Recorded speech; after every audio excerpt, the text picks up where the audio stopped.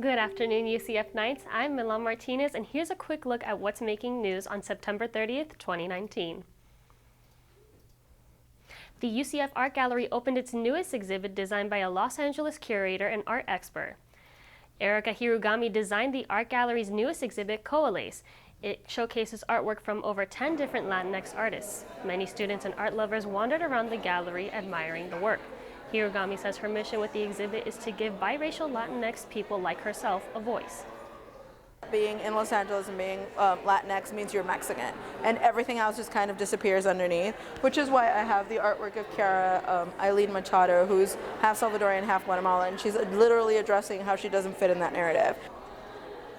Students were able to meet some of the artists and hear firsthand what inspired their work. The exhibit is through November 2nd. UCF took care of business against Temple last Friday. The Knights beat the Owls 2-0 in their conference opener. This was their 5th straight win and their first conference game of the season. The Knights have not lost a game since their season opener against Wake Forest. Scoring opportunities opened up early in the game, and both goals were assisted by midfielder Luis Perez. Forward position Jonas Schmalbach scored his first career goal. Schmalbach says the other team getting a red card helped their team. We controlled the game. We had a lot of chances to put the game away even earlier, but I think we kept on pushing, and in the end it all worked out.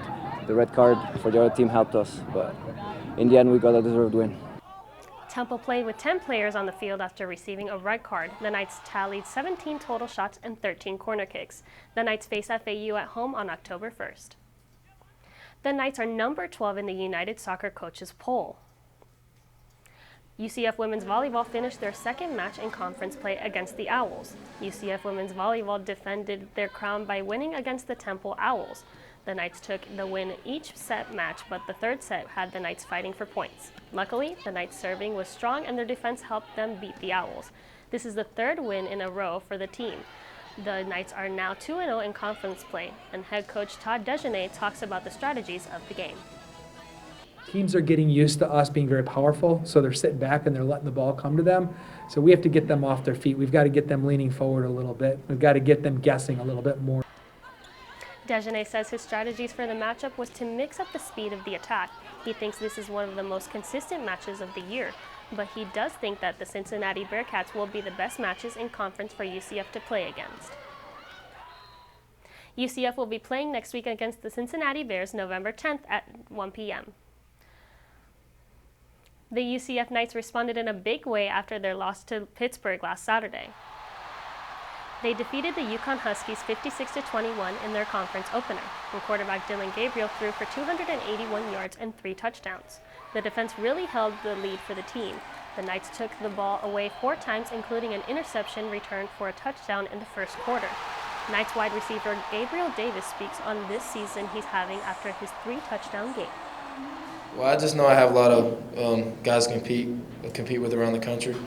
I want to be the best out there. I had 100 and whatever yards for 3 touchdowns, but I could have had a 4th one. The first UCF football team was honored at halftime. The first team was back in 1979. The Knights travel to take on Cincinnati to take on the Bearcats Friday at 8 p.m.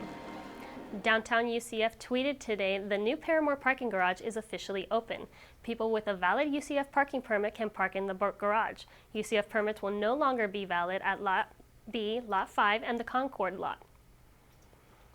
And here's a quick look at our weather forecast today. Today is a nice sunny day with a high of 89 degrees and with winds coming out of the east-northeast at 20 miles per hour. We're looking at only a 20% chance of rain today, so it's a good day to enjoy the sun.